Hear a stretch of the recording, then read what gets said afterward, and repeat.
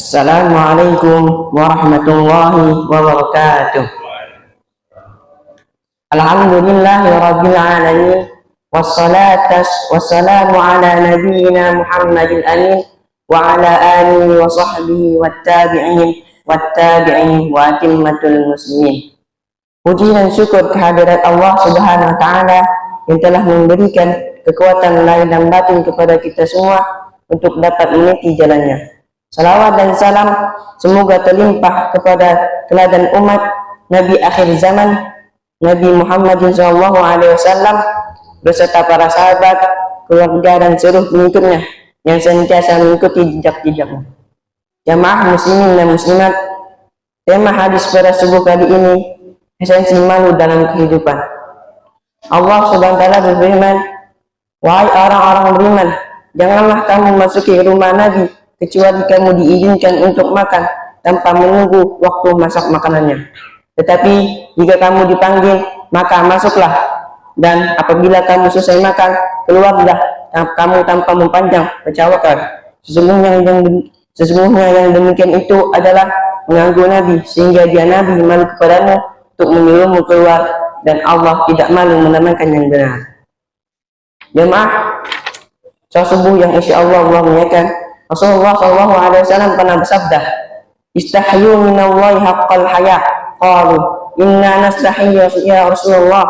Qala, "Laisa dzalik, walakin man istaha minallahi haqqal haya falyahfazir ra'sah wa ma hawa, wal yahfazil batna wa ma wa'a, wal yadhkuril mauta wal bila, wa man arada al-akhirah taraka zinatad dunya, faman fa'ala dzalik faqad istahya minallahi azza wa jalla." Hendaklah kalian serius merasa malu kepada Allah Azza wa Jalla.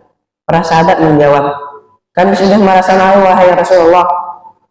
Rasulullah SAW bersabda, "Bukan itu maksudnya, akan tetapi barang siapa yang serius merasa malu kepada Allah Azza wa Jalla, maka dia harus menjaga kepala beserta isinya, menjaga perut beserta isinya, dan dia terus mengingat kematian.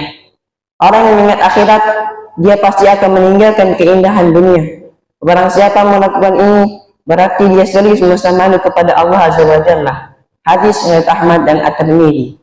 Jemaah muslimin dan muslimat, hadis ini memberikan pelajaran kepada kita bagaimana Rasulullah SAW menjelaskan dengan gamblang tentang sifat orang dalam lubuk hatinya karena merasa malu kepada Allah Azza wa Jalla, yaitu dia terus berusaha menjaga seluruh anggota tubuhnya agar tidak berbuat dosa dan maksiat, senantiasa ingat kematian, tidak punya keinginan yang muluk-muluk terhadap dunia, dan tidak terlena dengan nafsu syahwat. Lalu orang yang merasa malu kepada Allah Azza wa Jalla, dia akan menjauhi semua larangan Allah Azza wa Jalla dalam segala kondisi, baik saat sendiri maupun di tengah layak keramaian.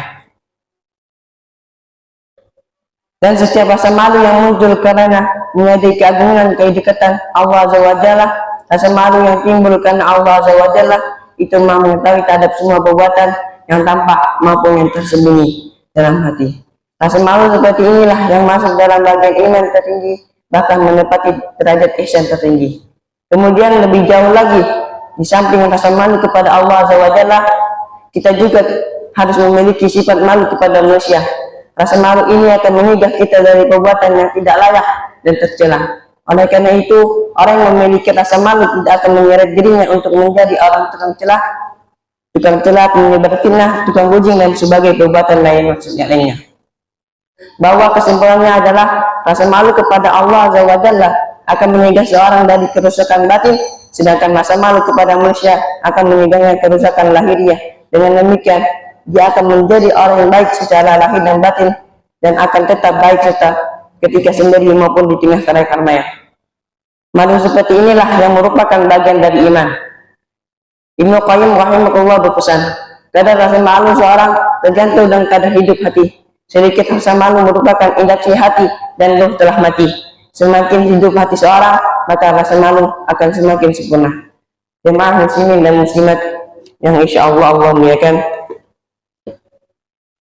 sebelum kita tutup majlis kali ini, marilah kita bermunajat kepada Allah Subhanahu wa taala. Bismillahirrahmanirrahim. Alhamdulillahirabbil alamin. Hamdan yuwafi ni'amahu wa yukafi'u mazidah. Ya Rabbana lakal hamdu, lakal syukru kama yanbaghi li jalali wajhika wa 'azimi sultanik. Allahumma shalli wa sallim ala sayyidina Muhammadin wa ala sayyidina Muhammad. Ya Allah yang Maha Besar dan Maha Kuasa, kami mohon kepada Engkau ya Allah untuk para musyrif, pemberi wakaf, orang tua asuh, donatur, pembina dan pengurus yayasan, pengurus pompas, bapak ibu jamaah salat subuh Masjid Jaratul Abrar dan umat muslimin dan muslimat, diampuni dosa-dosanya, dosa besar, dosa kecil, disengaja maupun tidak sengaja, diberi hidayah agar dapat melaksanakan semua perintah-Mu dan meninggalkan semua larangan-Mu, diberi kesehatan agar bisa istiqamah dalam melaksanakan ibadah baik yang wajib maupun yang sunnah, diberi rezeki yang luas dan berkah agar mau berbagi kepada anak yatim dan duafa dan perjuangan Islam, diberi kemampuan bisa bersabar jika menerima musibah dan pandai menyukuri kenikmatan, diberi keturunan yang qurrata a'yun, keturunan yang soleh dan solehah. Rabbana atina fid dunya hasanah wa fil akhirati hasanah wa qina adzabannar. Subhana rabbika rabbil izzati amma yasifun wa salamun alal mursalin walhamdulillahi rabbil alamin. Billahi taufiq hidayah. Wassalamualaikum warahmatullahi wabarakatuh.